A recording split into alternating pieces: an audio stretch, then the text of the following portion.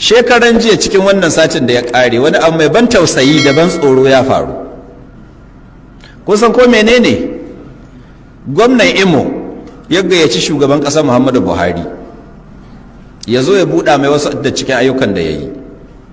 Buhari kuma ya zo, bayan ya buɗe ayyukan, cikin jawabin Buhari sai ya faɗi wasu maganganu waɗanda sun katar da hankalin 'yan Najeriya. Kila kun ji su ko?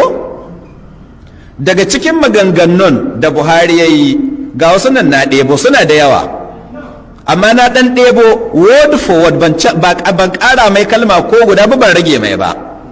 Ga bakinsa na ɗebo wannan maganar cikin jawabin da ya yi Imo wurin buɗin projects. Sai ya ce, this administration has done extremely well.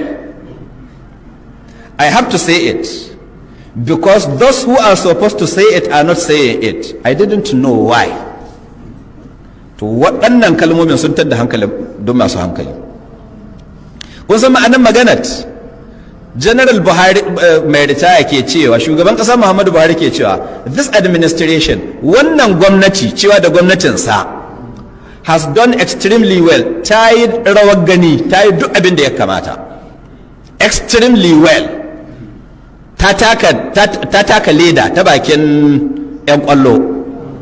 Wannan gwamnatin ta yi duk abin da ya kamata a ce ta yi performing ma'ana. Ya zan sa shi da Hausa. Ta yi ƙoƙari sosai, ma'adalla. Wannan gwamnati ta yi ƙoƙari sosai ga yin ayyuka. Sai ya ce, I have to say it, dole in faɗi haka, because those who are supposed to say it, domin waɗanda ya kamata su faɗi haka are not saying it, ba su haɗi. I didn't know why, ban san dalilin da yasa sun kama bakin su ba su haɗi ba. Don Allah, wannan babu tausayi. Kaga menene Muhammadu Buhari ke yi? Kuka ne yake yi. Yanzu talla ayyukan gwamnatinsa da yanzu duk mukarraban nan nashi sun wace mai ma'ana, sun wace mishi. Yace, I have to say, dole in faɗi haka, dole in faɗi cewa gwamnatin nan ta yi abin da ya kaba, ta yi ƙoƙari ƙwarai. Dole in faɗi, because those who are supposed to say, domin waɗanda ya kamata su faɗi are not saying, ba su faɗi. To ina tambayar ku suwana yake nufi cewa waɗanda ya kamata su haɗi ba su haɗi. Na kusa gare ma da muƙarrabuna waɗanda na ci gajiyar wannan gwamnatin. Shi ya san su, ya san irin taimakon da ya musu, ya san irin dafi kan macijin da ya musu na wasa da bindi. Sun kwashe kuɗin 'yan Najeriya, sun yi wadaƙa da dukiyarmu, sun sace mana kuɗi, sun yi abin da sun haga dama.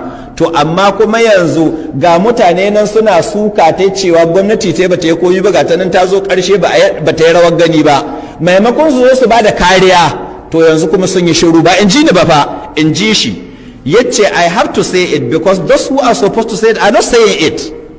I didn't know why. Waɗanda ya kamata su faɗi haka, su kare gwamnatin, su yayata ayyukan da gwamnati ta yi, jama'a ba su yi.